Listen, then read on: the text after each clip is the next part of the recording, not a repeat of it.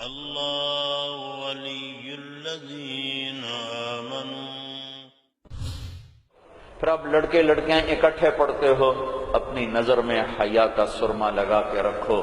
نظر کا حیا بہت بڑا زیور ہے، اور نظر کی آوارگی بہت بڑی آوارگی ہے۔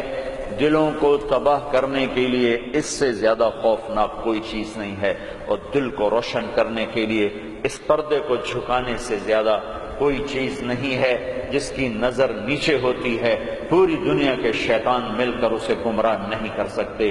جس کی نظر اٹھ جاتی ہے پوری دنیا کے جنید بغدادی اس کے دل کو پانی نہیں لگا سکتے، اور اس کے دل کو نرم نہیں کر سکتے، کہ دلوں کی آنکھوں کے غلط استعمال سے جو زہر اندر جاتا ہے اس کا کوئی تریاق کوئی نہیں ہے، تریاق کوئی نہیں ہے۔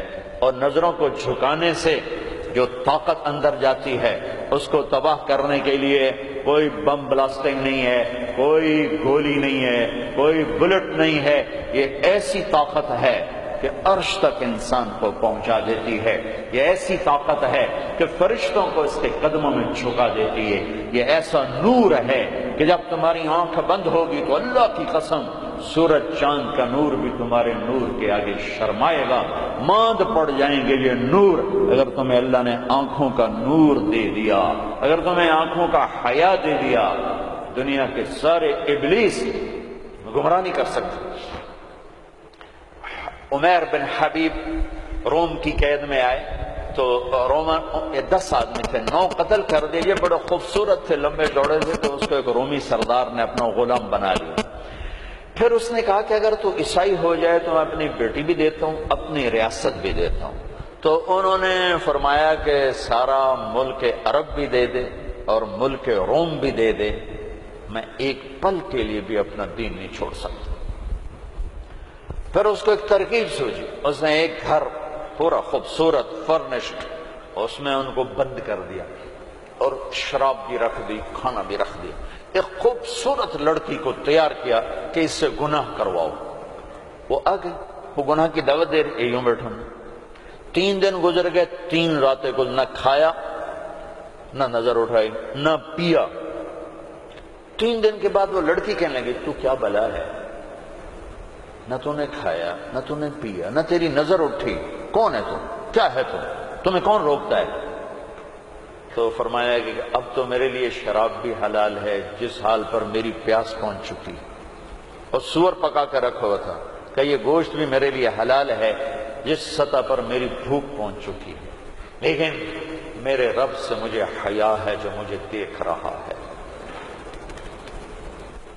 میں یہ کام نہیں کر سکتا۔ لڑکی 3 دن کی بجائے 30 دن یہاں بیٹھی رہے، میں یہ کام نہیں کر سکتا، میری جوانی امانت ہے، اس پہ داغ نہیں لگ سکتا۔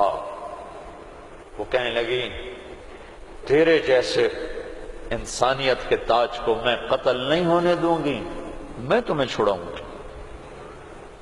باہر نکل کے کہنے لگی سردار تو نے مجھے کس کے پاس بھیجا ہے؟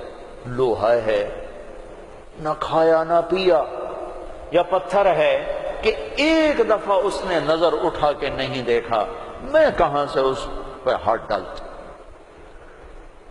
اور پھر رات کو آئی، ایک تھیلے میں کچھ کھانا اور ایک مشکیزے میں تھوڑا پانی، اور اس کو چپکے سے نکالا، کہا کہ یہ دیکھو تارا، قطب ستارہ دکھا، کہ اس کو یہاں رکھنا کندھے پر اور چلتے رہنا، رات کو چلنا دن میں چھپنا۔